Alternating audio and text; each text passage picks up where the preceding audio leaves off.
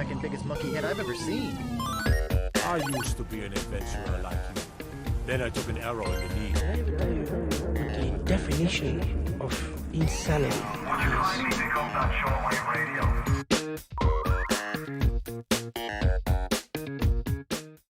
Hello and welcome to episode 81 of PvA Radio. I'm one of your hosts, Luke Croft. Joining me as always, freelance gaming journalist Cody Mellecline. Cody, how are you doing, my friend? I can say that I am 100% happy to be talking about video games. Yes, I am as well. Also, representing 85% of the outstanding vote, ladies and gentlemen, Larry Hunt. It's true, I voted a lot of times. Got a lot of dead relatives, ladies and gentlemen. How are you doing? I'm pretty good. Pretty good.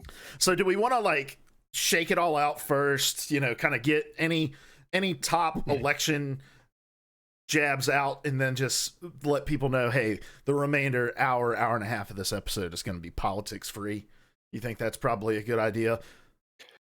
I mean, I can restrain myself the whole way through if you need me to. Okay. Let's not promise something we can't deliver. Okay. Well, I didn't know if anyone had anything pent up that they needed to get out right now. So just wanted to give you the floor for that. But I'm excited, like you said, Cody, to have an hour and a half. I believe in your tweet you called it a reprieve from the goings on in the world. And this episode is going to be fun because it's the week of the election and it's a week before new consoles are launching. So it seems like a lot of news is cleared out this week because they don't want to be involved in all of that stuff, and I can say from my end that we definitely look at the election and say, we don't want to do shit right there. So it's definitely a consideration. So, but anyway, guys, this is PvA Radio. We get together each and every week over here on twitch.tv/itishoagie, and we talk about some of the biggest gaming news stories of the week. If you can't catch us live, you can watch us on youtube.com/PvA Radio the very next day or on podcast services everywhere. Just search PvA Radio wherever you're listening to us. We greatly appreciate it. Just like we appreciate Big Boy Roy coming in with the tier 1 sub. 10 months. 10 whole months of subscribing to us. That is double digits. Fantastic. This is entered very serious relationship territory, Big Boy Roy. Big Boy Roy, we've been together a long time. Would you like to move in with us? All of us, collectively. All of us. We'll split time. 2 days at Larry's, 2 days at my house, 3 days at Cody's. Cody gets you in the middle of the week, though. I'll take it. All right, guys. What do you say we jump into this with the dive? Larry looked like he was about to be like, he raised his eyebrows. I did. I restrained myself, but here we are. The dive. The dive. I just realized also we had horror music still playing, but I feel like that's probably just as appropriate now as it was a week ago. So, guys, we are a week out from next-gen consoles being in the hands of consumers. Big deal. We've been talking about next-gen now for, it feels like 2 years. And I don't know if it's because it's been an actual 2 years or if it's simply because this year has felt like a lifetime packed into 11 months. I think it's been about 2 years. Yeah. I don't know. Because it was E3 last year, right? Because this one got canceled. Yeah, that's true. This year is also a time warp, though. Yes. Mm-hmm. Very much so. So I guess what we want to do, because there really was no story to do a deep dive into. So I figured, we figured, it wasn't my idea, that no time like the present to kind of get our thoughts on next gen out there before we see next gen come to fruition. So let's start here. What are your purchasing plans for next gen as we go into next week? Cody, let's start with you. I have pre-ordered both and expect them to arrive a few days late each. I think I'm the only one out of us that has pre-ordered, correct? That is correct.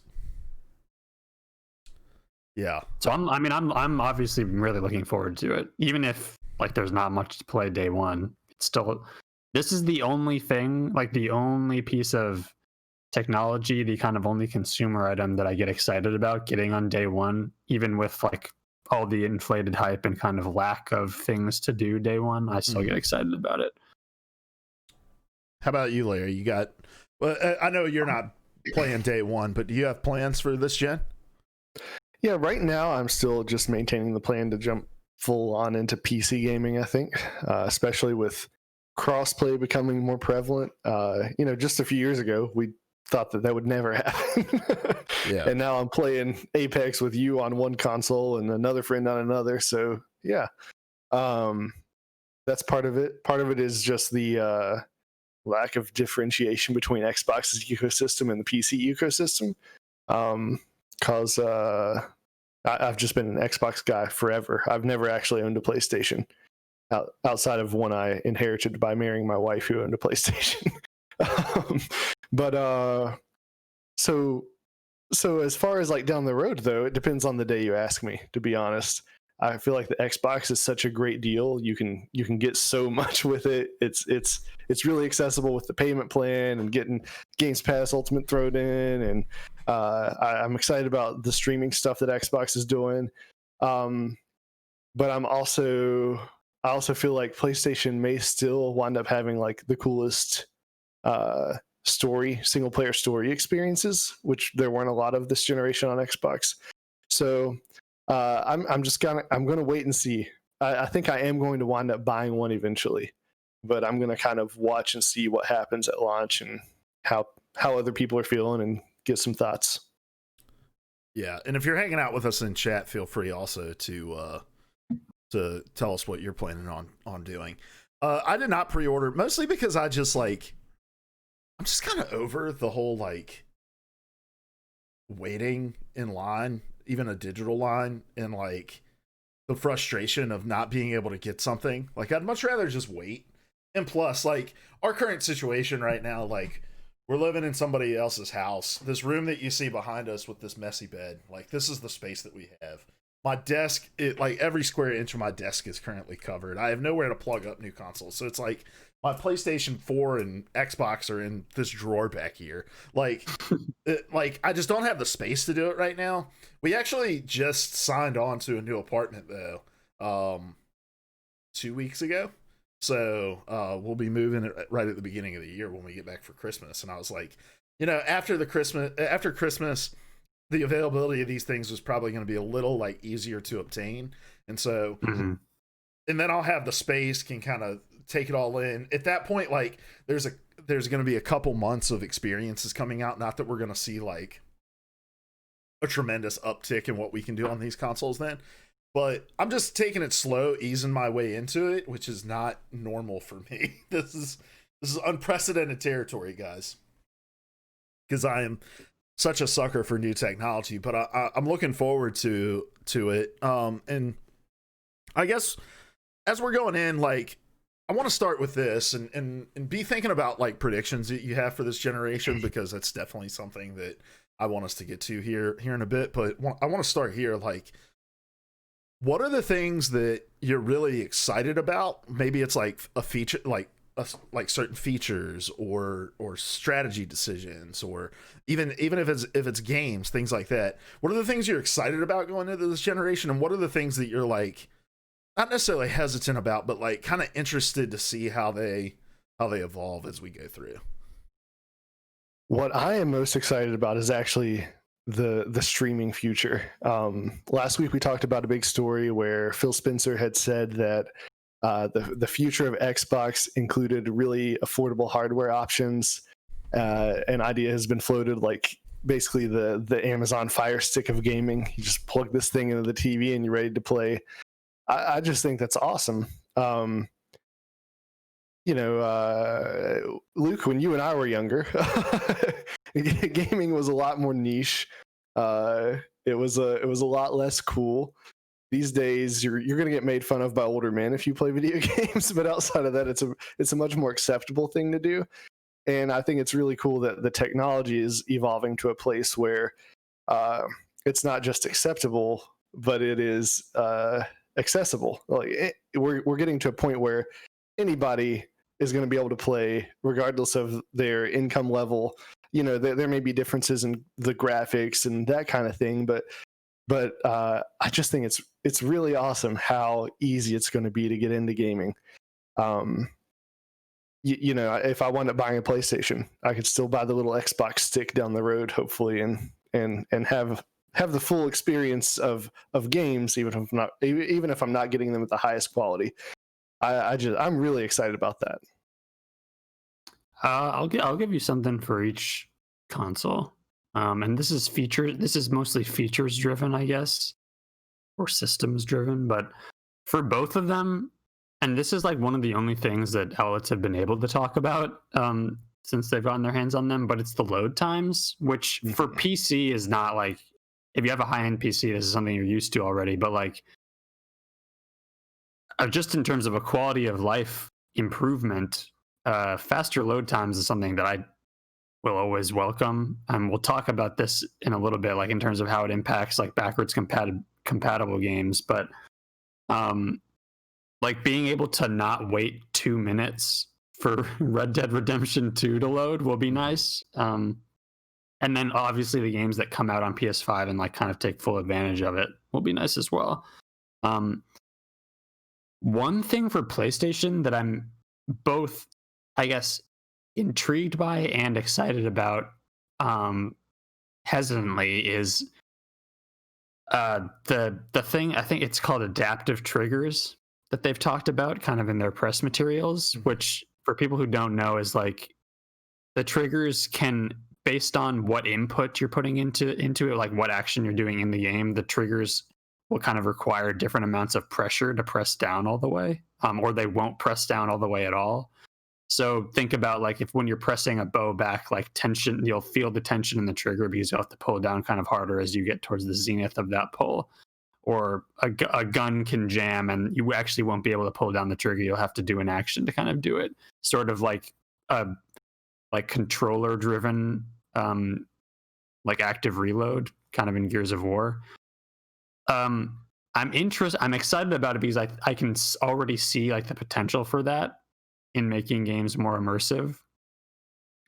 But I'm hesitantly excited about it because I think it will only become not a gimmick if Sony supports it and like actually encourages developers to take advantage of it, not just their first party developers. Like the speaker in the PS4 controller is a great example of a feature that I'm sure they thought would like really take off, but really only ended up getting used in, I think the last game I remember having it on in was Horizon Zero Dawn, but I just turned it off because it was really off-putting. And maybe wait, you don't want like this little 75-cent speaker talking to you in the middle of your games? No, like every time I was too immersed, I think was the problem. Dude, so another game that uses that feature is the MLB games. And so like that's where all of your umpire chatter comes from, and it's like the first thing I would go and turn off. Yeah, 100%. But the touchpad's another really good example of that too. Like they thought that the touchpad was going to be something, and it just became a giant ass map button in the center of the controller. Sure, yeah, it became the equivalent of the Xbox Select or back button or whatever. Yeah. But I hope that that feature carries on. And it's not just kind of a gimmick out of the box, which I could easily see it becoming if they don't support developers or encourage developers to use it. But I see potential in that feature, especially for a genre I am not remotely interested in or have ever really invested in. But like driving games, I could see really using that in terms of acceleration. Mm-hmm. I think that's cool. And then for Xbox, I'm just excited about all of this is like small piddly diddly stuff because it's like we haven't really gotten a sense of what the next generation of games will be. But just the quick resume thing, which again is something that you can kind of do on PC, but I haven't been able to really do on console before. So that'll be just another kind of nice improvement on what it's like to play games on a daily basis. Yeah. To your earlier point of the load times, I think it makes sense to just talk about this here because it's going to be a weird stand on its own story later. If it's Sure. okay with you guys that I bring it up. Do it. But there was an article from GameSpot this week by James O'Connor. The new Xbox console loads The Witcher 3's environments very, very quickly, and basically you can go and watch this streamer Rubhin925. He played about 2 hours of the game, but this article has a GIF of when he fast traveled in The Witcher, and it's just insane. He clicks on the map, and there's like a graphical pop that looks like the game's glitched out for just a second, and then he's there, and that's just crazy. Like, just go watch a Witcher stream, watch how long it takes to fast travel, and then watch this GIF, and I don't know. For me, like, we've been hearing about how fast these load times are and how there are no load screens, and that's exciting. But for me, like, finally seeing it happen, I'm like, that is crazy. Wait, so, I don't know when I'll look at Twitter on my phone. well, I was going to ask, when am I going to get tips that say, like, standing in the dragon fire will deal increased damage over time? Yeah, tooltips are a thing of the past. No, the load time stuff is definitely really interesting to me. I'm interested in how far people are going to be how much people are going to be able to get out of their SSDs before having to look to expand their options. Because I think here in the beginning, like, these games won't be incredibly massive, but I don't think it's going to take long for us to start seeing like huge games. And some of the proprietary pricing of some of the memory for like Xbox, while it's on par with similar like third-party SSDs, it's total sticker shock for people who are used to like being able to stroll up into GameStop, buy a $70 external hard drive, and get their stuff. You know, now they're paying $300 for $300 for a comparable hard drive that's able to do all of these same things that the built-in hard drive for the Xbox is going to be able to do. But you know, when we look back at some of the the one that comes to my mind is just like with the Vita and how their proprietary memory stuff really was a big hurdle for people that were looking to expand what they were able to do on their console. I think that we're just going to start to see these SSDs filling up really quickly. Yeah, I mean, to that point, and we can bring another story up here, but there was a leak that came out over the last week that, and this is not remotely surprising, but suggests that like it gives you a better sense of kind of how much space you will actually have free on on PS5, which is probably a little over 650 gigabytes according to some leaks.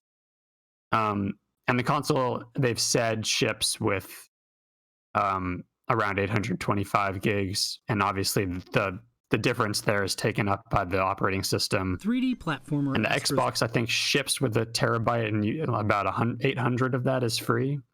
And yeah, like Warzone or Call of Duty takes up an eighth of that alone. More than an eighth of that, I think now it's around like 150 gigabytes. And so I think people should probably just plan to, like, as soon as they can, buy additional storage, because you're going to need it sooner than you think. And, you know, given the current size of Call of Duty, you should just assume that the next one's going to take its own hard drive. So just buy a couple extra for Call of Duty. The other things I'm kind of looking at in launch, and these are just more like general things and not necessarily specific. But in this COVID world that we're in, I'm really interested in what, first of all, like, product availability is going to be like over the first few months. Like, are we going to see massive shortages of these systems because of just like logistics reasons? But I'm also interested in, like, how does the impact of less physical retail, like, how is that going to be felt across all this? So thinking about like Black Friday is not going to be a physical event. No retailer is going to be dumb enough even if their stores are open like Target, Walmart, that kind of stuff. I don't think any of those stores are going to be dumb enough to say like, all right, here's our physical in-person Black Friday event. And a lot of console sales still happen in retail, especially to gift givers who aren't necessarily like going on Amazon and looking for this sort of stuff. So I'm interested to see just like, first of all, what are the platform holders' forecasts for these systems, but like also how are those forecasts gonna be met? The other thing I'm always interested in at any console launch is just like, oh man, what are the hardware issues that are gonna be going? You know, and we've already gotten some like talk about some weird overheating stuff with some of the Xbox. I think it's been with the Xbox Series X. You were mentioning like all of the bells and whistles in the DualShock. What are they calling it? DualShock this time? It's DualSense. Yeah, the new DualSense controller. Like, I worry anytime you're adding like these little physical elements in, like, what's the shelf life of those things? How well do they hold up? Especially like in the triggers. Yeah, I was gonna say, if you get a 12-year-old playing Call of Duty, they're gonna break that thing so fast if it's not built well. And that's been like a problem this generation. I and several of my friends have had Xbox controllers wear out so quickly compared, like prior to this generation, controllers only broke when like stupid stuff happened or you threw it across the room. Not that I've ever. But this generation, like I've had to buy new controllers so many times. And then Nintendo had an issue with, like, they had a new sort of controller and it didn't hold up, and they never actually managed to fix it so far. So when I hear those features, I am like, that's cool, but is it going to break more? Yeah. Well, we got to remember how bad the original Xbox One controllers were. I still have mine, and they're bad. It works. Yeah, I haven't had any issues with it. Like, and it wasn't just bad from like a wear and tear standpoint. Like, they just didn't feel good. They felt real loose. There was no real like pressure given back to you on like the triggers and stuff. The bumpers were so clicky. I remember that. Like, so it's always I like to see those like little quirks, you know, that get ironed out over time, and I think we'll get some of those. Do you guys have any like predictions for this gen? Whether that's who's going to sell more units? I don't know if we even like really give a shit about that. Like, where we're going to end up at the end of this. Is this the last console generation? Like, any predictions on that stuff?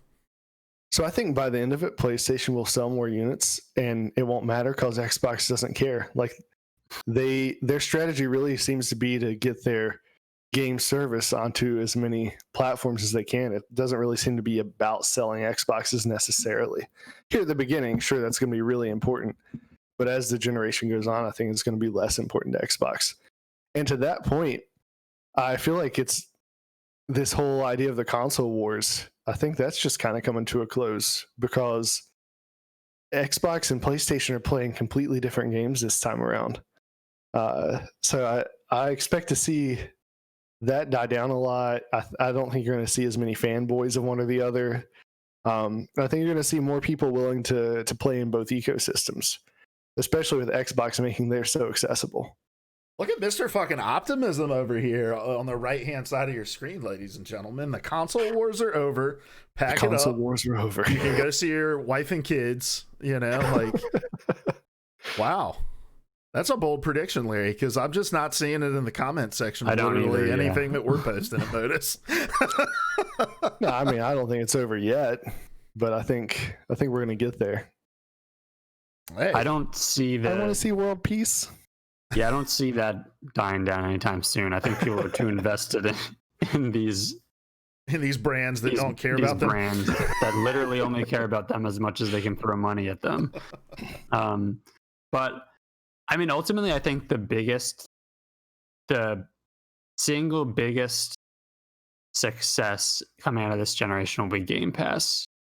I think it'll be the biggest exclusive like it's not a game, but it's an exclusive feature to their ecosystem. I think it's gonna sure. I think they've already projected that PS5 is probably gonna outsell the Series X at launch. Whether or not it'll outsell combined the S and the X is a different story, and I'll be interested to see how that plays out over the kind of the launch period. But I just think I guess my prediction is that games are going to hopefully. I'm gonna kind of figure out how to phrase this. I was gonna say there's going to be a reckoning, but I don't think that that's going to be completely the case. And by reckoning, I mean in terms of the way games are made and kind of what we've been talking about over the past few weeks with crunch and with kind of labor practices and ethical practices at developers. I don't even think that's specifically a next gen thing. I think it's just a timing thing in terms of when these are coming out and how the conversation is shifting. But more broadly, I am curious and I am hopeful about how the advancements in this generation on a technical level will inform design decisions. And so in that way, I think we'll see some more. I hope to see a little bit more creativity in terms of the AAA space, because I think it's become pretty stale towards the tail end of this generation. Like, as much as I love The Last of Us Part 2, and as much as I admire it for a lot of the things it does, that is like prototypical, that is stereotypical AAA. It hits a lot of the beats that we've come to expect from that kind of game and Sony's brand of prestige titles. And so I hoped and this is perhaps coming from the Xbox side, but I hope to see kind of more like middling, like mid-budget, mid-scale games kind of come to the fore. And while I don't necessarily think that will be true right off the bat, I think based on the kind of studios Microsoft is at least supporting, we'll see it coming out of their side. Maybe not from the third party and independent side, but at least from Microsoft's side. I think that'll be nice to see. Well, I think that a service like Game Pass gives that a space to exist in. Like, yeah, there's funding for risk. It. Yeah. Well, there's funding for it, and there's also a player base for it. And like, if I can get this game on Game Pass, I'm gonna automatically get in front of hundreds of thousands of users. Yep. And so the risk starts to come down. I'm obviously interested in Xbox's strategy moving forward. I think like both of you have kind of hinted at, like, talking about units sold, even if we were to care that much about that kind of stuff, it's going to become an impossible conversation to have around like what's included, especially if Xbox starts getting into streaming sticks, or, you know, there's more people who are like, oh, the feature set of playing like xCloud on my phone is there, and like that's just kind of where I play at this moment. Like, it's just gonna be hard to tell. It's 7 years when you can just play xCloud on the hologram that shoots out of your smartwatch. Yeah. I just think we're gonna get a lot more, like, the thing that's gonna be, I think we're gonna get a lot more conversation around like monthly active player base. Mm-hmm. And things like that. Things like are the data sets that we kind of talk over as just like talking heads in the industry are going to be much more akin to like Netflix, like total audience or total streaming hours, things like that. Those are the things that we're going to start to talk about more. I do think that with PlayStation, and we've talked about this in the past as well, just like the importance of creating more diversity within their library of exclusives. Like, you have a lot of great over-the-shoulder third-person action games about dads. Yeah.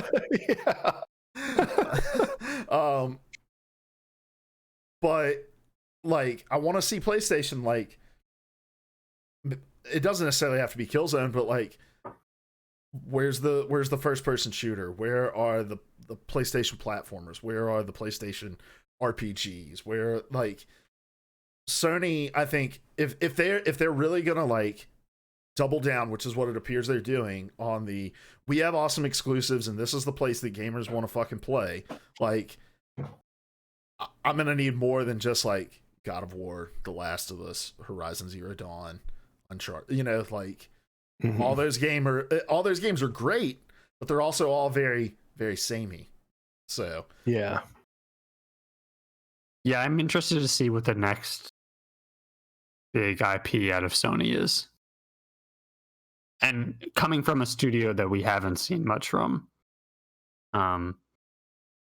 Like obviously I would imagine that Naughty Dog creates something new next generation just because of where their cycle is at. But like I really do want to see something new. That's what's exciting about a next generation, is the idea of seeing something new. And right now, most of what I'm seeing and what I'm excited for isn't necessarily exclusive to Microsoft, but will at least be on Game Pass day and date. And I can certainly find a better diversity of experiences there. So yeah, back to your thing on like game design too. Like, I'm curious if the play is going to be like, oh, we need more sprawling worlds, longer hours of playtime, more side quests, more cutscenes. Like, oh man, we need a 500-hour RPG where it's like a 500-hour storyline. Like, I'm exaggerating to a point here, but like, I think there's a tendency when new hardware becomes available to just like totally bloat experiences out. And I just think there's more interesting ways to leverage the incredible load times, the amazing things that you can do with textures and photorealism and that kind of stuff. And like, I don't think the answer for Sony or any studio or any game maker is going to be like, oh, look at this 300-hour fucking RPG that we're about to create in this map that's as big as the United States of America and you can walk across it. Like, but I also don't trust a lot of game makers to use constraint and make really tight experiences, right? Like, I think we're gonna see, especially in the AAA space, a lot of just like, it's the biggest this ever, it's the longest this ever, it's the most this ever, and it's like, that's not necessarily what this generation needs to be all about. But I do think down the road someone's going to get creative with what they can do with the technology, and I think it's weird to say this because of how bloated the market is with this right now, but I think battle royales are a great example of this. Battle royales could not have existed last generation. Just the technology to drop that many players onto a map of that size at the same time, just it wasn't there. And no one thought of that idea until several years into this generation.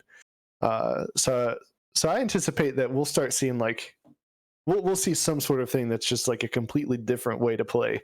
But I think that you're right. Out of the gates, everyone's going to be like, this can do the same thing, but way more powerfully. Let's make the map giant. Let's make the players in the battle royale double. It'll just be the same thing done bigger. But eventually we'll get there. We'll see something neat. Yeah. And just think about the small ways that some of that tech impacts design. Like, I was thinking about this the other day.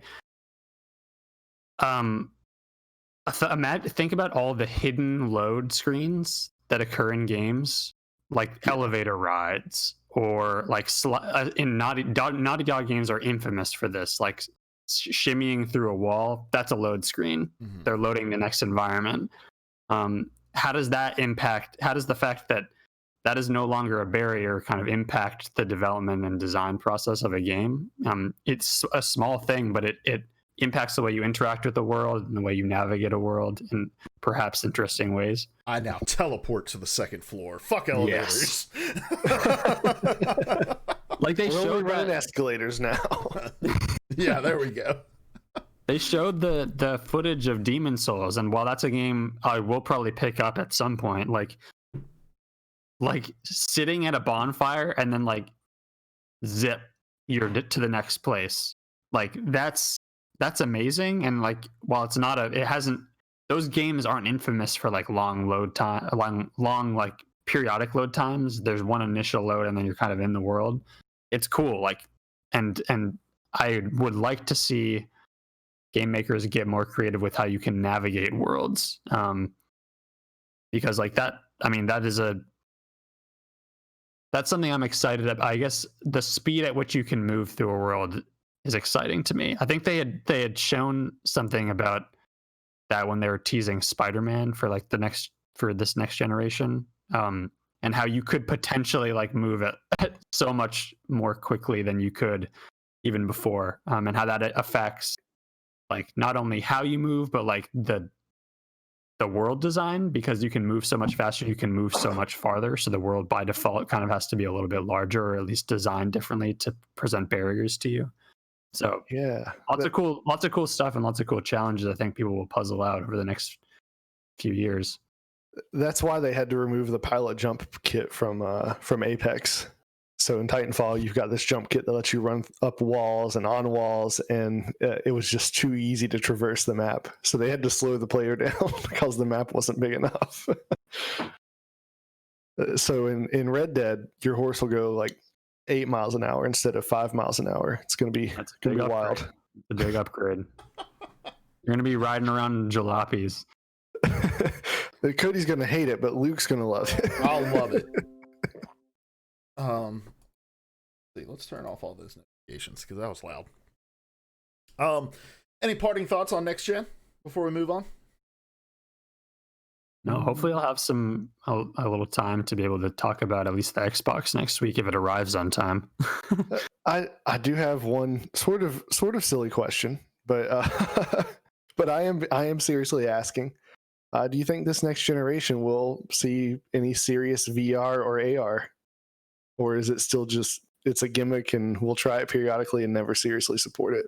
It is funny, but I don't think PlayStation's been talking very much about like PlayStation VR in this generation.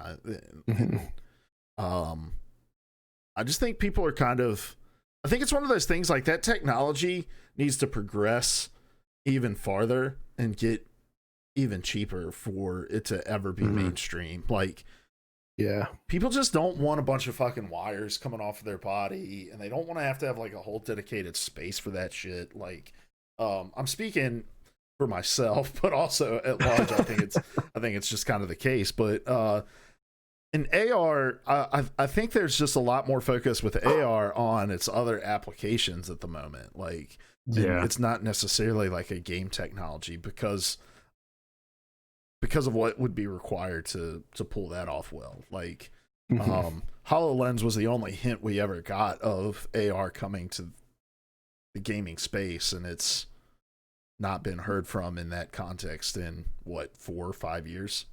Yeah, do you think that's going to launch before this generation's over? Yeah. Well, are we finally going to get that Minecraft game? Yeah.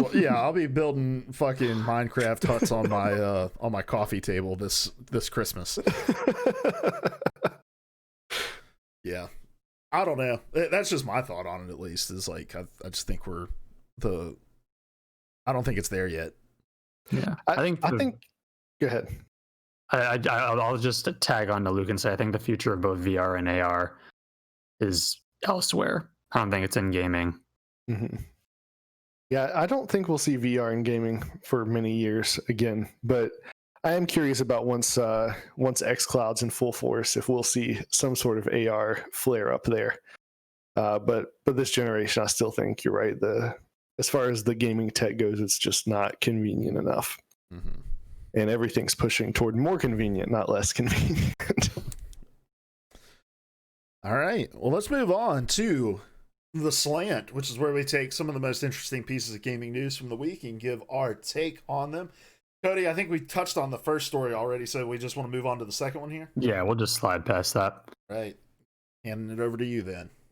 All right. Some more news, unfortunate, or perhaps negative news coming out of CD Projekt Red. And last week we talked about another delay for Cyberpunk 2077.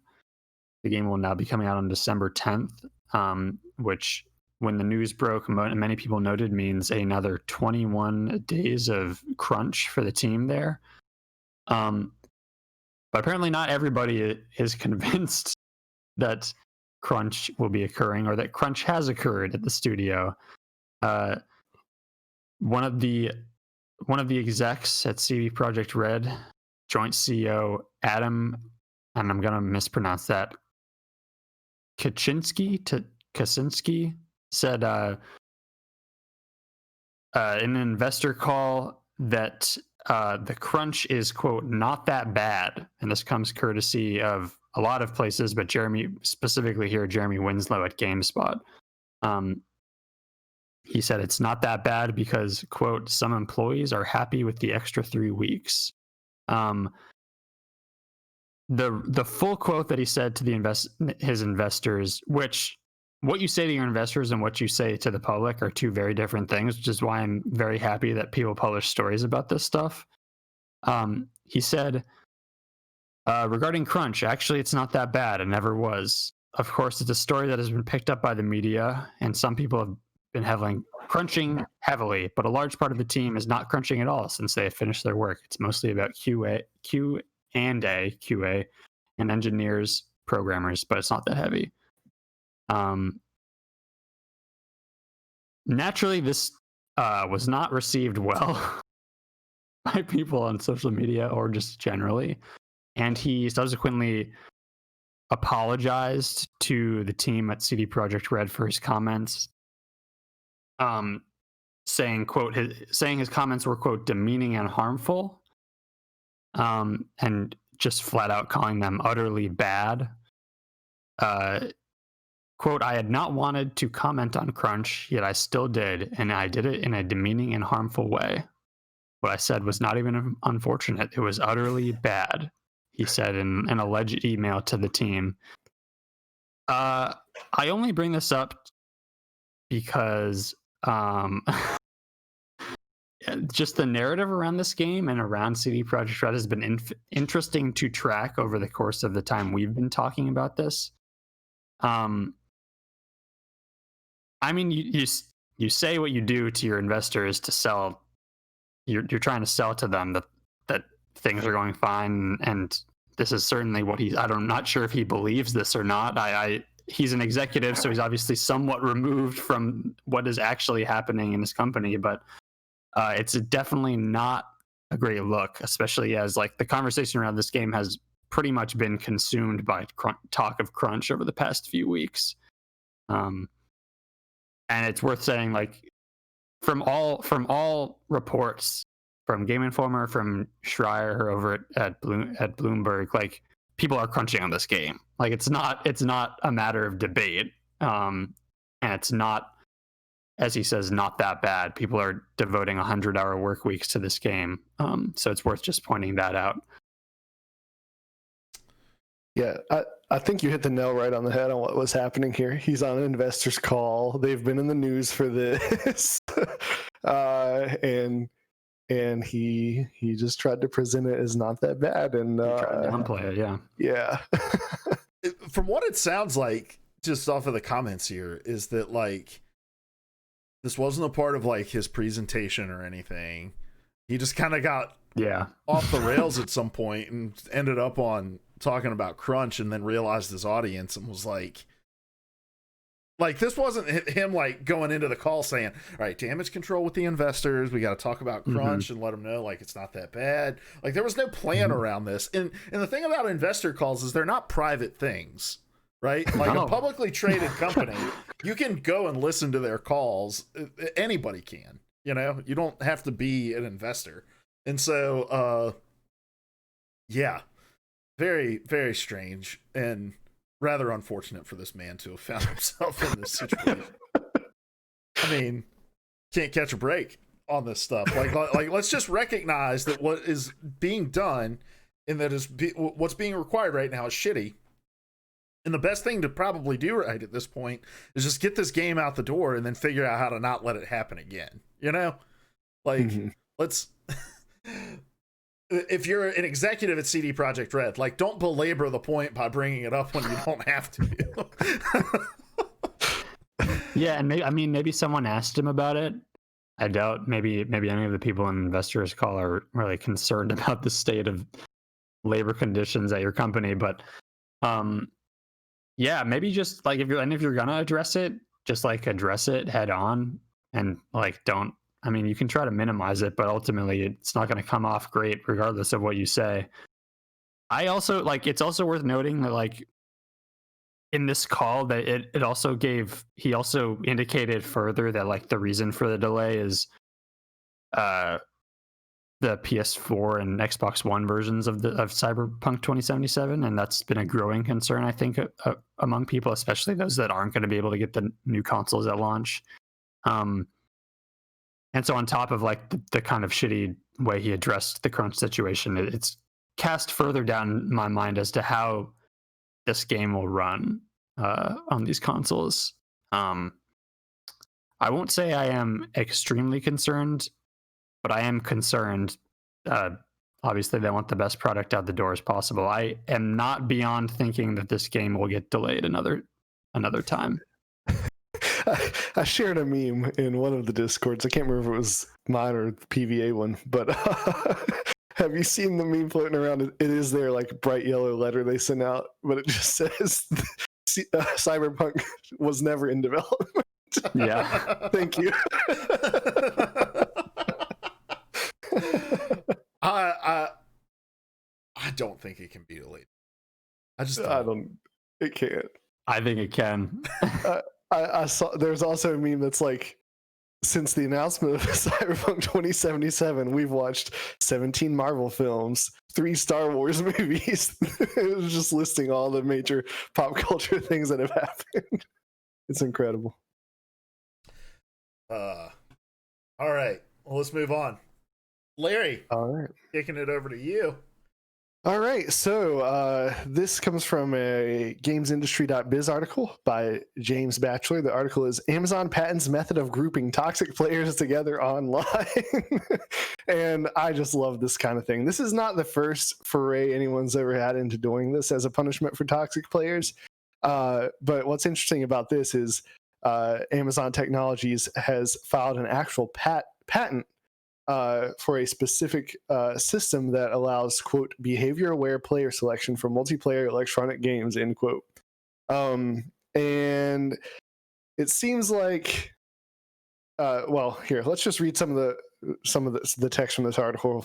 They're quoting the patent filing. It says, quote, while players may enjoy competing with others of a similar skill level, such systems naively assume that skill is the primary or only factor to players' enjoyment, end quote. And then it picks up later, quote, contrary to this assumption, players' enjoyment may depend heavily based on behaviors of other users with which they are paired, such as the proclivity of other players to use profanity or engage in other undesirable behaviors. Players who engage in such behaviors may be labeled as toxic by other players. One mechanism for dealing with such players is to isolate all toxic players into a separate player pool, such that one toxic player is paired only with other toxic players, end quote. And there's some discussion in the article about what constitutes toxic behavior. Is it just the use of profanity? And there's an acknowledgement that that is subjective to a degree. So it may be that players can designate what behaviors they feel is toxic in order not to be paired up with other players. And, you know, implementing something like that's going to increase matchmaking search times. Any filter you put on matchmaking, it's just going to increase that time. But I just thought this was interesting. I love it when people are really terrible online and they all get thrown together into one big unhappy family. You know, I think a lot about some of the stuff we've seen with like cheating and how people who cheat get paired with other people who cheat. And to me, like, that stuff is funny. Like, okay, you're using an aimbot and you're in a lobby with a bunch of other people using aimbots. Mm-hmm. Like, all this is saying is like, look, we understand that toxic players ruin player experience, but we really need them in our player base. And so we're not going to actually deal with them. Instead, we're just going to make them deal with one another. But my big thing is like, hey, just get them the fuck out of your game.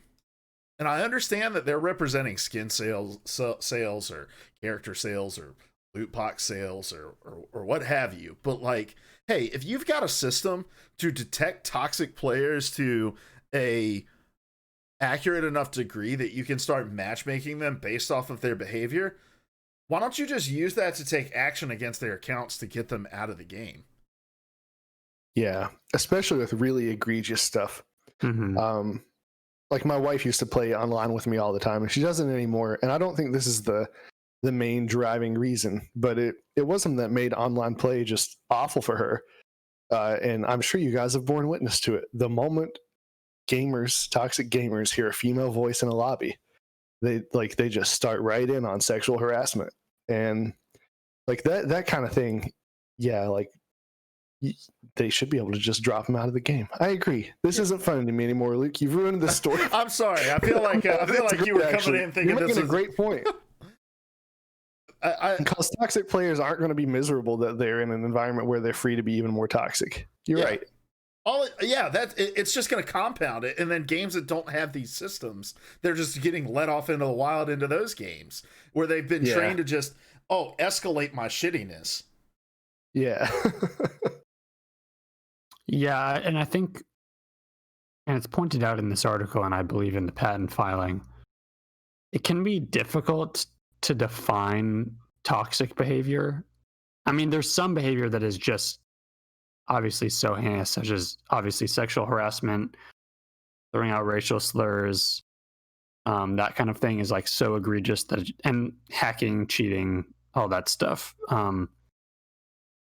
But like, yeah, the article points out that there's some stuff that is like profanity. Like some people are comfortable with profanity, others aren't.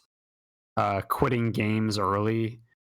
Like some of the stuff, I don't even know if I would label it toxic. I think some of it is just like bad etiquette or bad behavior. How do you define that? How do you allow people to define that? If you were to institute a system like this, and there are probably other ways to address some of that, like in terms of profanity, you could, there are probably, and I know some games do this, you can like toggle on family friendly or not, and it'll like slot you into different servers or whatever with people who have chosen that setting. I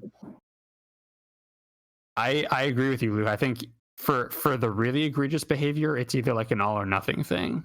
You either have to get them out of the game or not. And other games have done.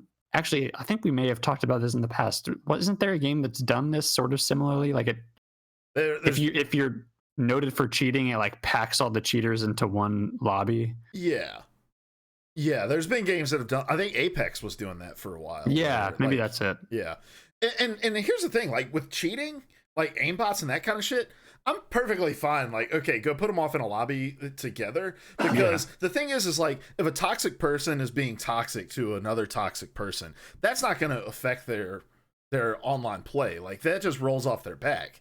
But if a cheater goes into a game with worse. Exactly. But if a cheater goes into a game with another cheater and is wondering why they're just constantly getting shit on, like that does ruin their experience. And I'm totally fine with that. Yeah, like the behavioral stuff is different than the like I'm running an aimbot or whatever. Yeah, it's like throwing them into a prison but with like no attempt to rehabilitate them. Yeah. So like throwing them into a prison. Yeah, throwing them into many prisons. Yeah, but like it's not throwing everybody who's acting poorly into one game. Maybe is probably not going to make them reconsider their ways. Yeah, it perhaps will just make them double down on what they're already doing. Yeah. I don't know. I think like that's another thing, like going into this next generation, not to go back to that conversation, but like I think Xbox especially is like more concerned about the online environment that they're creating for people to play in. And I think we're going to see more and more creative solutions coming with toxic behavior, but I don't think the solution is to create like an island of toxicity for people to be banished to. You know, like let's figure this out and like get these people out and show them that this is unacceptable and you don't have a space in our community, in our servers, in our game. So that's what I'd much rather see. Like, let's have Amazon patent a fucking backbone for some of these companies. Ooh, burn. All right, moving on. Cody, I'm so excited you put this story in here. Well, so I don't know if we actually, because so they backed off of this. That's like okay. canceled. We can still we're still gonna talk about it. We can still talk about it though. Apparently this I don't even know where to start with this. GameStop announced I think a day ago, that it would be running a TikTok competition among all its stores in preparation for Black Friday. Now, I don't think that in and of itself is like absurd. I mean, it's probably absurd for some people, but like this is just like some of the sort of gimmicky corporate bullshit that happens all the time. You like submit a dance video, and whoever is deemed having the best video gets some rewards. But the rewards for that competition, where I think what drew people's eyes, according to their official post, quote, the winner of the challenge will receive an Echo 8, Echo Auto, $100 Visa gift card, and 10 additional labor hours to use during Black Friday week. And then, to add insult to injury, the next line is, imagine what you could do with all those prizes. Now, it's worth noting that they've since canceled that contest. But we have to talk about the whole concept around this contest in the first place, which is essentially bribing your employees with a TikTok competition to get them some free labor hours, this is just like shitty on so many levels. And so I wanted to put this in here for you, Luke, because you are a previous GameStop employee. We've talked about GameStop a lot, about how they're struggling. And when you see decisions like this, it's not exactly a surprise that they're struggling. I don't know who sits in a meeting and talks about this shit, and then they collectively come together and say, damn, we're marketing gurus. We need to push this shit out. Oh, we don't need to think through this through the context of what everybody perceives about our company in any way, shape, or form. Like, was there not a single person? This just goes to show that the people making these decisions have never worked an hourly job during this time of the year, ever. But here's the thing. I'm going to give myself the big camera. So GameStop hires seasonal employees for this time of year, as do many retailers.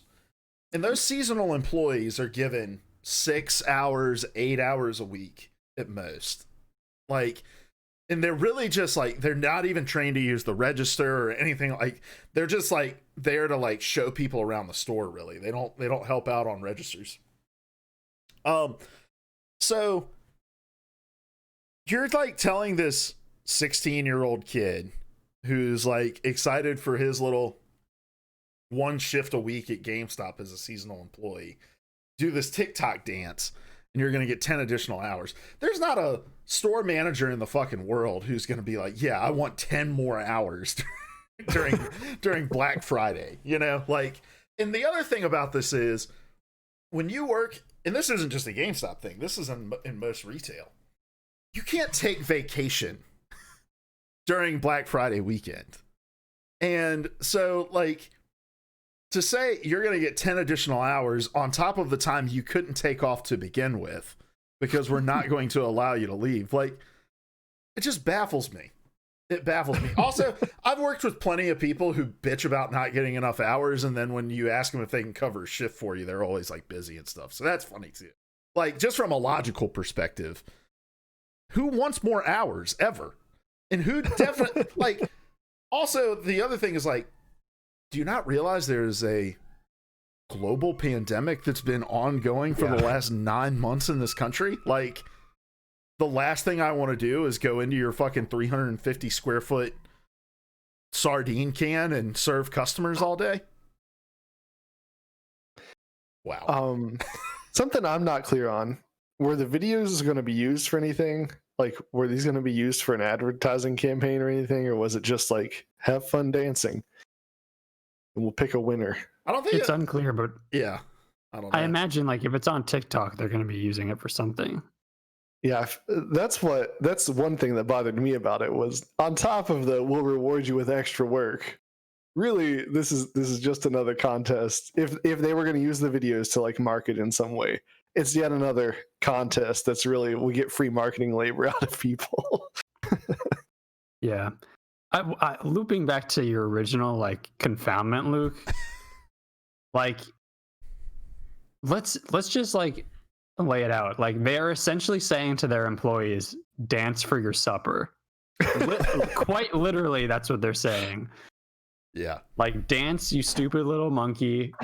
We'll give you some extra work hours. It's just like so absolutely abhorrent that this made it anywhere near an actual concept, let alone a concept that they rolled out and like advertised on their website. This is, I mean, obviously, I'm glad they canceled it, but it should never have gotten to the point where it was official in the first place. The other thing is the Visa gift card is worth more in most places than the 10 additional work hours that you're going to get. Those 10 hours are $75 before taxes.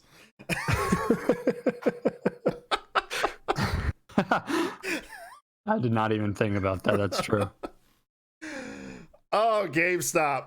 Why? Like, these are not hard decisions to not make. No.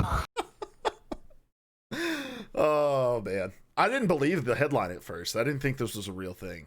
But alas, here we are. All right, let's move on. Cody, you got the next story because we talked about load times already. Yeah. We're going to talk a little bit about Starfield. In all of its glorious detail. And all of the 5 details we know about it. This is obviously it's named Starfield. 2, it's made by Bethesda. And who knows? Maybe the Starfield name could change. So this is obviously the upcoming science fiction game from Bethesda Studios. They announced it back in 2018, I believe. And it was just like the smallest of teasers possible. But recently, I was going to say Bethesda bigwig, but Todd Howard is not especially big. He's just a wig. With an H. Yeah. Todd Howard was giving a talk at the Brighton Digital Conference, and he teased a few more details about what Starfield will be.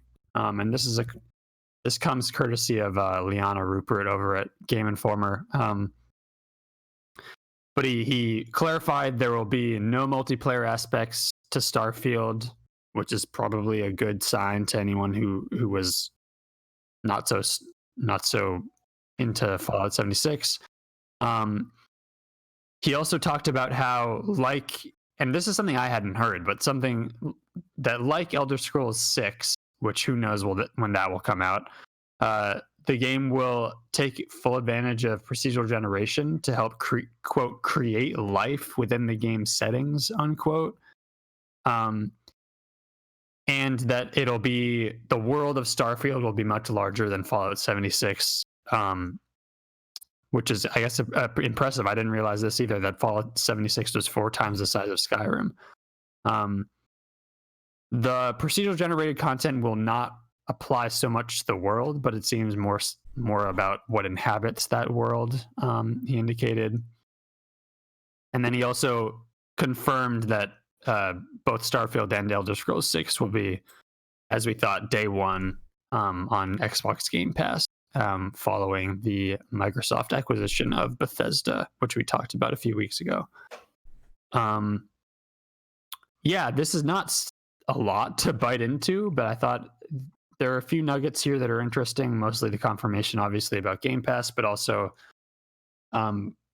for me, as someone who is a fan of Bethesda games, but obviously has always, I think, like a lot of people, noted how much room for improvement there is in their worlds. The procedural generation is interesting, perhaps because it'll take some work off of the developers' hands and allow them to kind of reinvest that work in other areas of their worlds. And I also should have mentioned that Howard had said previously that Bethesda games moving forward will feature a new engine. And the engine that they've currently been working with obviously has shown some wear and tear over the years. So we'll see if what that means for all the fans of Bethesda glitches. But what do you guys think about the little nugget of Starfield information we got? First, Mangle92 joining us in the chat says, "What we don't need is an Elder Scrolls Battle Royale or Bethesda BR." And well, good news, man. They did say this is a single player game. Yes. But bad news, the Bethesda BR already exists in Fallout 76. It's called Ring of Fire, and it was a great concept. That's about it. But not that fun to play. I always get a little disappointed to hear things like with as far as like procedural generation and random generation in games, because I think like so much of solid design is being really intentional about where things are placed in the world, and I don't think it necessarily takes pressure and resources off of the development team and allows them to do something else, because then they have to just make sure like the procedural generation engine works well and applies stuff appropriately, and it's a whole different ballgame in that regard. Also, just like the concerns that I was expressing in our next gen talk, like coming to a head here of just like the world is so much fucking bigger than Fallout 76. There's going to be so many more different kinds of creatures and landscapes and blah, blah, blah. Like, not, I'm expanding on what he said here, but like those aren't features to me. That like those are never features in a game. Like if you want a giant universe of procedural generation, like play No Man's Sky. Like the thing already exists. Like these things don't really mean anything to me. They're kind of buzzwordy, but it's also just like I want to hear about ways that you're levering the engine, your new engine, beyond just like the world's a lot bigger.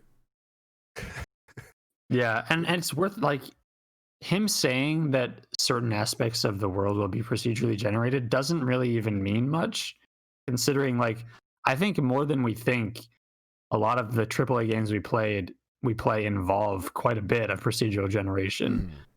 Ubisoft games, so specifically Assassin's Creed games, are notable for this. Like they have programs that pretty much like design entire streets of cities based on kind of inputs they've put into their engine. It's like this isn't particularly notable, at least as far as he's indicating it. Perhaps it's more extensive than he's letting on, but like if it's just applying to like what creatures are on a planet or something, like that's again, yeah, that's that sounds like a lesser version of No Man's Sky. The engine stuff is interesting to me just because like yeah, we've needed it. They've needed it, and will that actually mean that it changes anything, or will it just create new problems because this is their first time working with a new engine? Yeah. I will be sad to see glitches go in Bethesda games if that's the case. It's part of the charm. It's janky as hell, but it's fun. I don't know about that one. Maybe I didn't play 76, so I'm not. Any thoughts, Larry? Oh, I don't really have much to add, to be honest with you. Just this doesn't tell me anything really. When do you think this game is coming out? Starfield? I forgot it existed till this article. Oh, I hadn't thought about this game in probably over a year. So Starfield, you know. So go ahead. Sorry. I'm glad to learn it still exists. That's cool. Is Starfield supposed to be before or after Elder Scrolls? I don't think have they said that. We were told there were two major projects before Elder Scrolls, I thought. So I would assume this is one of them. But yeah, who knows? 2023. Yeah. It's also one of those things where I think, wasn't it Fallout 4 where like they said, oh, it's not going to come out. It's not going to come out for a little bit. You'll have to wait. And then they like launched it that year in October or something. Yeah, they announced it at E3 and it was out later that year. Yeah. So I just don't think they're going to do that again. Like, because I don't think they should do that again. Yeah, that's true too. But I also just like, I know the conversation right after they did that was like, man, more and more companies need to start to do this shit. And like nobody followed suit on it. Well, especially with COVID, you're not going to be able to announce anything. Yeah, that close to a release date. All right, final story for the slant. Cody, gonna hand it back to you. This is just another fun light one. Figured I'd point it out. Details have been coming out about Spider-Man Miles Morales, which is a game that I am excited to play on PS5. And they I forgot the name of the studio. Insomniac announced that they're going to be including the Spider-Verse costume from Into the Spider-Verse, which is a fantastic movie, just generally a fantastic movie, not just a fantastic animated movie, which featured Miles Morales. Anyone who played the Spider-Man game knows like suits are a big deal, like not only in terms of the aesthetic of your character, but like each suit comes with an ability which you can pair with any suit. And so I love this because this continues the tradition of them like really making each suit kind of unique. It's in the style of the movie, so kind of comic booky. And it like I believe it changes some of the animation, like it literally changes the frame rate of the animations, which is sort of interesting. And so I love when studios really get creative with their cosmetics, and this is a great example of this. And as soon as I can unlock it, I will unlock it. I missed that. What does it? I assume the frame rate thing is connected to the Easter egg of how frame rates were used in Into the Spider-Verse. Yeah, it's just more kind of, it's more as it is in the movie. It's not always running at 60 frames. It's like sort of stuttery, sort of awkward. And in this version, like this is a Miles that is also new to his powers. So it fits with that as well. Cool. And it shows like, I think there will be a little like pows and whams when you hit people, which is a nice little detail. And so if you haven't watched Into the Spider-Verse or you haven't caught this, a fun little Easter egg in it is that everyone moves at a lower frame rate than the spider people. The spider people seem so fluid because they are animated at a higher frame rate than the rest of the movie. And Miles does not get that higher frame rate until he like masters his powers toward the end. Yeah, there's a big scene in a forest where mature Peter Parker is moving at, I think it's, what's a normal frame rate for an animated film? Is it 12?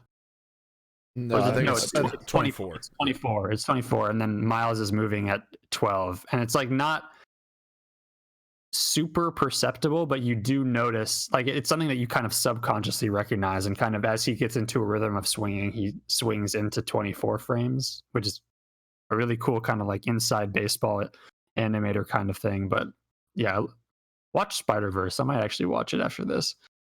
Yeah, that's the podcast. See you guys next. Yeah. All right, well, let's move on. We normally do offbeat. There's no offbeat stories, but I do want to hand the podcast to Larry for a moment, who had a chance to play. Yeah. Look at me, man. Boom, I baby. forgot all about this, so thank you for remembering. So last week I played the next entry in the Dark Pictures anthology, Little Hope. And I just wanted to talk about that for a moment. If you like horror, check that game out. Everything that Supermassive, that's who made it, right? Mm-hmm. Everything they've done here lately, Until Dawn, Man from Medan, Little Hope, they've all been enjoyable experiences. And especially like value. I think you pay $30 for this game, and it's got a lot of replayability. But essentially, it's like a choose your own adventure movie. If you've ever watched a horror movie and you've been like, oh no, don't go in there, even though you've seen it 5 times, well, this time you can play through it again and not go in there, and you can learn your lesson, get different outcomes. Very great atmosphere, very creepy. I need to share a clip because there was one point where the game scared me so bad that my heart stopped and it just shut me down, man. It got me good. Sorry, what is the concept of this one? So this bus crashes and the passengers kind of stumble off, and they're near the town of Little Hope, and the fog is like closing in, and if they try to leave the fog, they find themselves like somehow mysteriously turned around and walking toward Little Hope anyway. So the fog kind of forces them in, and it's tied to they had witch trials similar to the trials in Salem. and so the ghosts are all connected to that, and you're trying to solve the mystery of what happened with the witch trials there before the ghosts take you out. And so as a concept, I thought it was a lot more fun than The Man from Medan.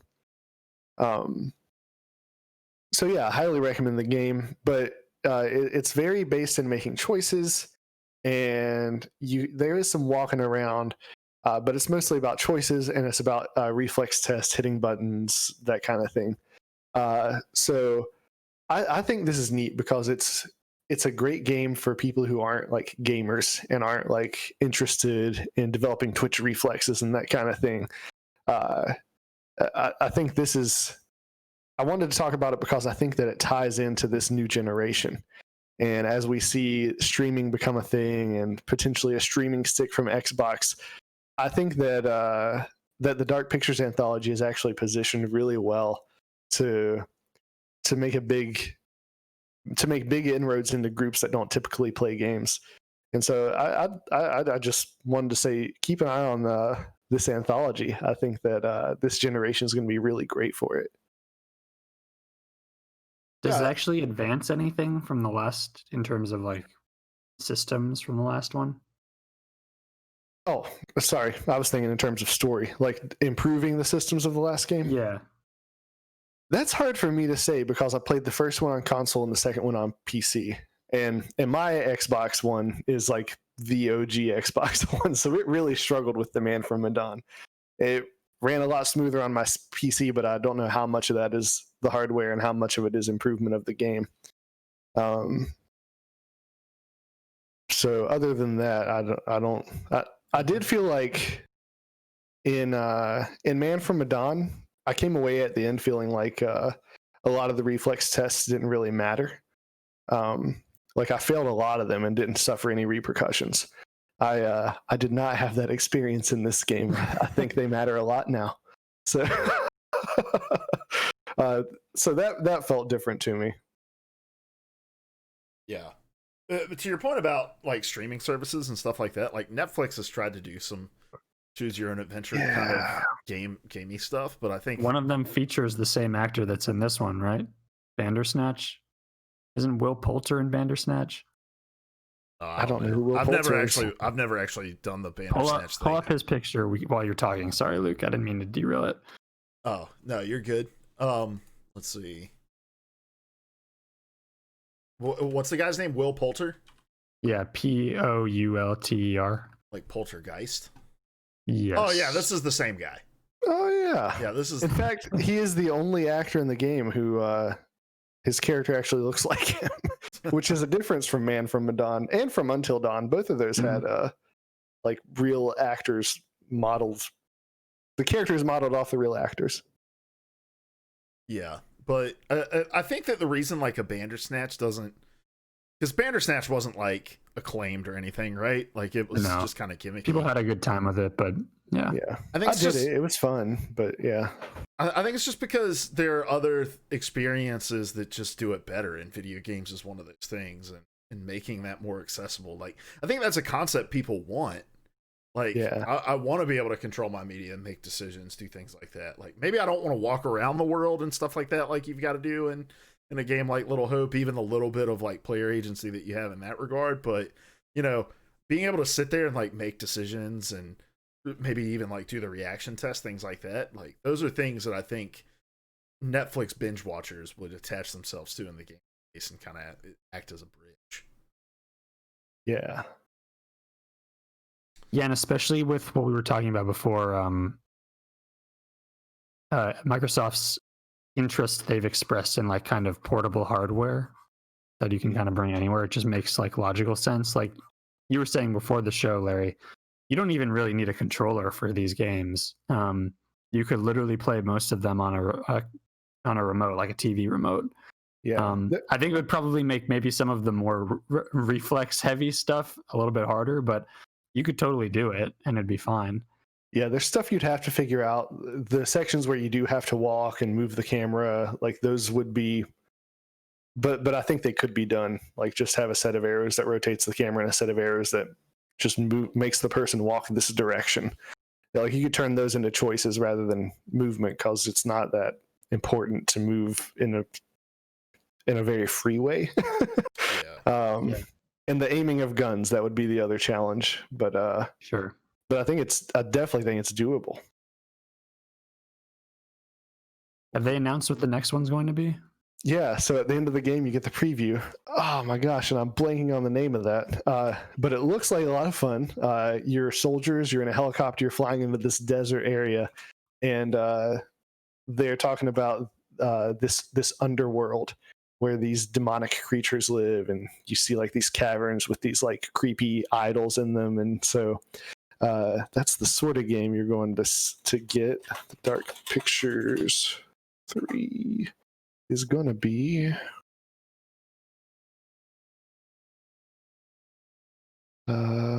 House of Ashes. And it features Ashley Tisdale. What? Yeah. Interesting. Interesting. Well, think about the first one, Hayden Panettiere. But she's done a little bit more than Ashley Tisdale. Interesting. Ashley Tisdale's the Disney actress, right? Yeah, but she's High School Musical. She's been in a lot of stuff, though, hasn't she? Has she? Has she? Maybe I'm wrong. I don't know. I've never checking moved myself. past them having Rami Malek. That was the peak. That was the peak for me. All right. Well, let's look up Ashley Tisdale's stuff and then we'll wrap things up. She was in Scary Movie 5. Oh, okay. Never mind. Mega actress, mega star, great get, supermassive. Phineas and Ferb. You're right, though. Outside of Disney, she's not done a whole lot. I'm surprised they haven't been able to attract big name talent or like bigger name talent. I feel like Sean Ashmore was a pretty big deal, but maybe I'm just. Oh, that's true. I forgot he was in Man of Medan. And Will Poulter's he's in a lot of stuff. I think he's more respected than he is well known. Yeah. Well, Yeah. I recognized him as soon as I saw him. I couldn't have told you his name given 100 guesses. But Yeah. He looks like the kid from Toy Story. Sid. he does kind of look like the kid from Toy Story. All right. Well, let's get out of here, guys. Who are you? Where can people find you? What are you going to be tweeting about this week? Larry, we'll start with you. You can find me on Twitter at StillInFlux, and I mean it's election week. That's what you can expect. So maybe wait till next week to follow me. All right, Codstone. I'm Cody. You can find me on Twitter at ProElectioneer. I am not going to be on Twitter for the next week. I'm Luke. You can find me on Twitter at itishoagie, and I'm also not going to be getting my social media anytime soon. Yeah. It's a hellscape, guys. I'll tweet enough for both of you. Don't worry. And apparently Arizona's back up in the air. So let's all take a little comfort in that. So, and by comfort, I mean no comfort at all. So, all right. Well, we're going to get out of here, guys. This has been PvA Radio. We appreciate you tuning in, hanging out with us. If you tune in here at the end, make sure you go follow us, youtube.com/PvA Radio, or find us on podcast services everywhere. And until next week, we love you. Goodbye. Why, that's the second biggest monkey head I've ever seen. I used to be an adventurer like you. Then I took an arrow in the knee.